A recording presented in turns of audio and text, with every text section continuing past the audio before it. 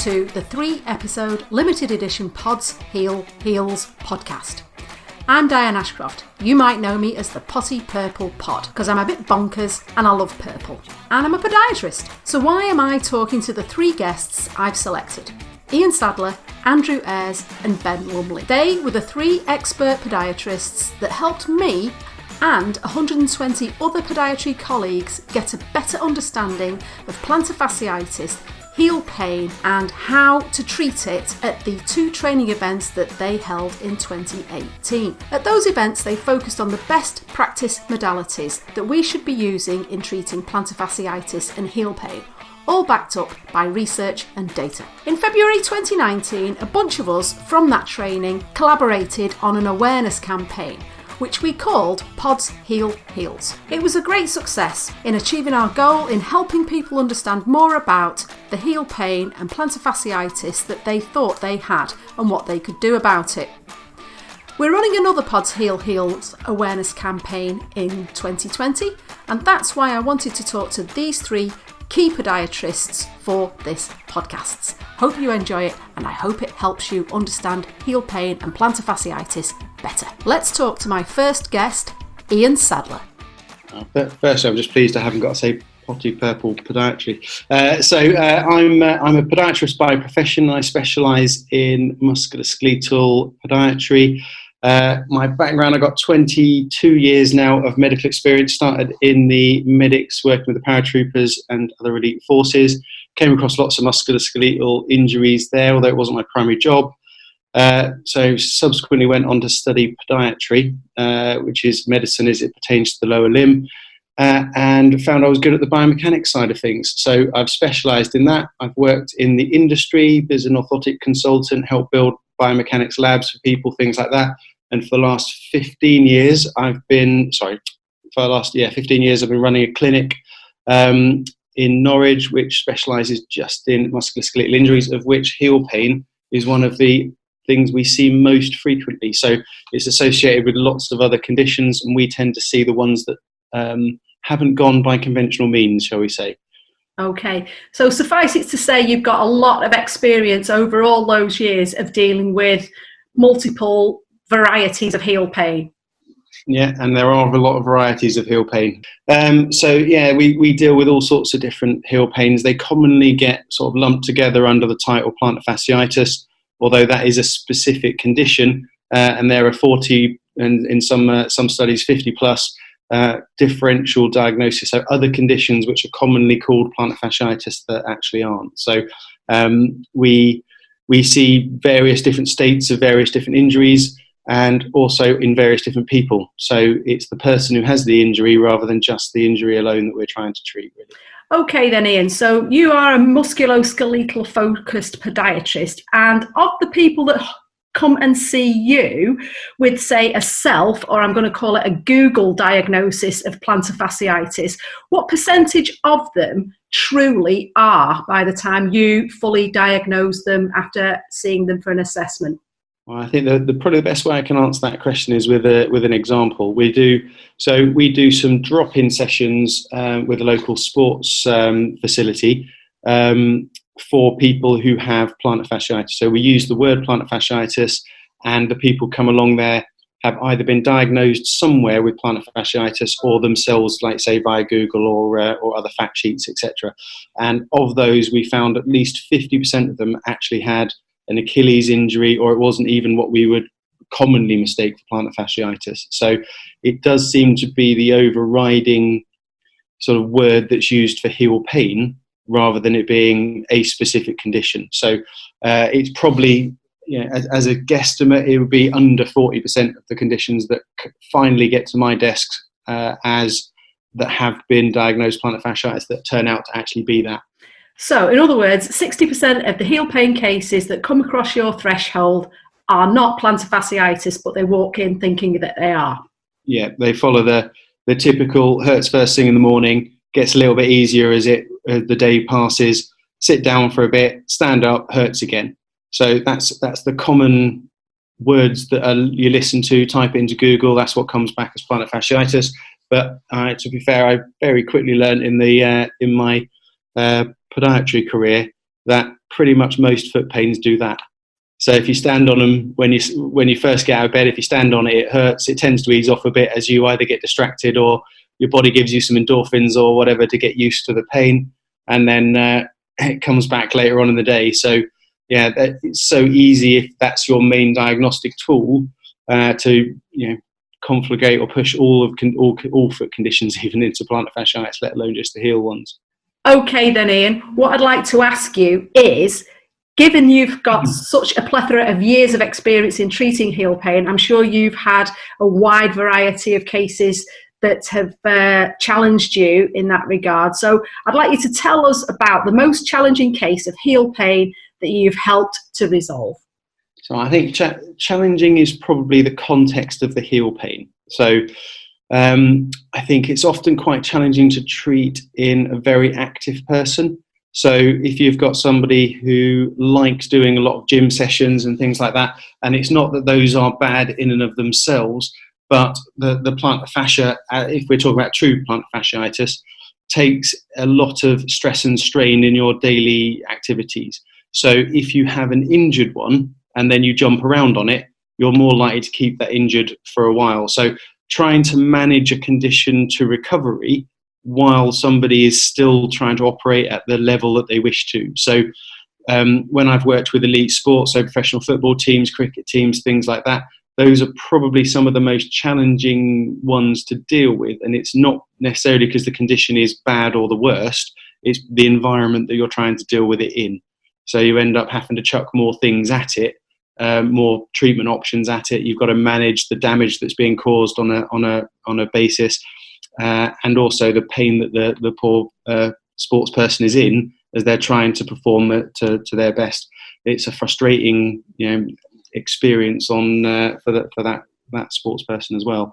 So that's probably the best example I can give, rather than a specific one, a sort of group of people. So you can't necessarily hold up your torch and go, yes, I valiantly did this with this and it fixed it overnight. It doesn't really work like that. No, it may be partly the type of people who come to me with heel pain. They generally have had them for months and months and months. So I kind of would break it down to, there are people who just hurt their heel. They just strain their plantar fascia with a one-off. So I've done that myself. So I went to my running club and we did an off-road session, and I thought it was going to be an on-road session. So I had inappropriate footwear for that environment, and then it turned into a sprinty off-road session, and I strained my plantar fascia during that incident. So I can tell you what it feels like, and it's not nice. But because I was able to identify what it was immediately, I didn't wear those trainers again for a while. I cut back on the running, did the appropriate rehab, even gave myself a bit of acupuncture, which was an interesting experience. So doing all of those sorts of things, it went within the typical sort of 4 to 6 weeks that you would expect a soft tissue injury of that type to go. It niggled for a little while. So when I tried those trainers again, it would stress it a little bit and things like that. So it wasn't well within that time, but it was definitely back to being functional. So, well, it sounds like you were an excellent case study for yourself there. Yeah, I got to practice, and sticking the needles in is always fun when it's yourself.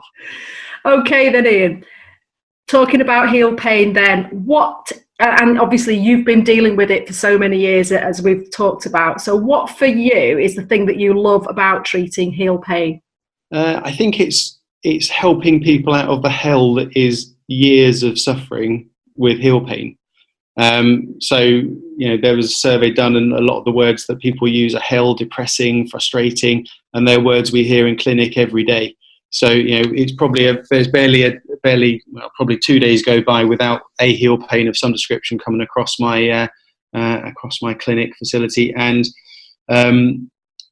most of them, like I say, have been suffering for a long time. They've tried lots of other things. We're definitely positioned for when everything else hasn't worked, why hasn't it worked kind of thing. So helping people back to their quality of life after suffering pain for so long is probably the most rewarding part of treating heel pain. So yeah, that's the bit I like about it, is the outcome, not necessarily any particular modality. It's probably not good to get hung up on a particular modality. I think you need the more weapons you have in your arsenal, the more you've got to play with, and even the same heel pain of a same duration, you may use different treatment strategies for, because the patient has different desires. So somebody might come in because they're going on holiday next week.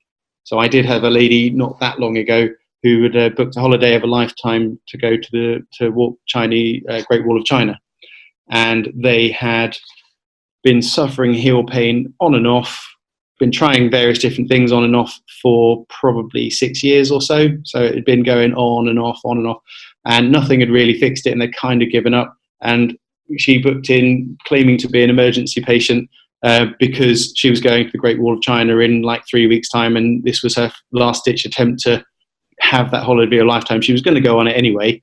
So somebody like that needs a different treatment strategy to someone who may have exactly the same history, but has just given up their job and therefore can focus on the rehab and the things. So that's a made-up example, but everybody's at a different sort of place, and how much time and effort they can put into it, how much willingness they have to affect a change, how much belief they have that change will occur.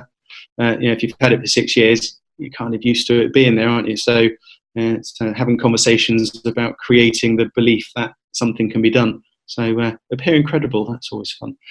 So in a case like that, is it kind of like, what sort of approach can you, I mean, presumably you were able to make us more comfortable, although not necessarily eliminating the heel pain. It was giving management techniques to get her over that period. So to a certain extent, we might have been using similar techniques than we would have done for the athletes that we're talking about. So she is going to do this event, and in this case, a holiday of a lifetime over the Great Wall of China. I did offer to go with her and be her personal physician, all expenses paid, obviously, but she declined that. So we trained her other half to tape her foot. Right. So we taught her taping techniques.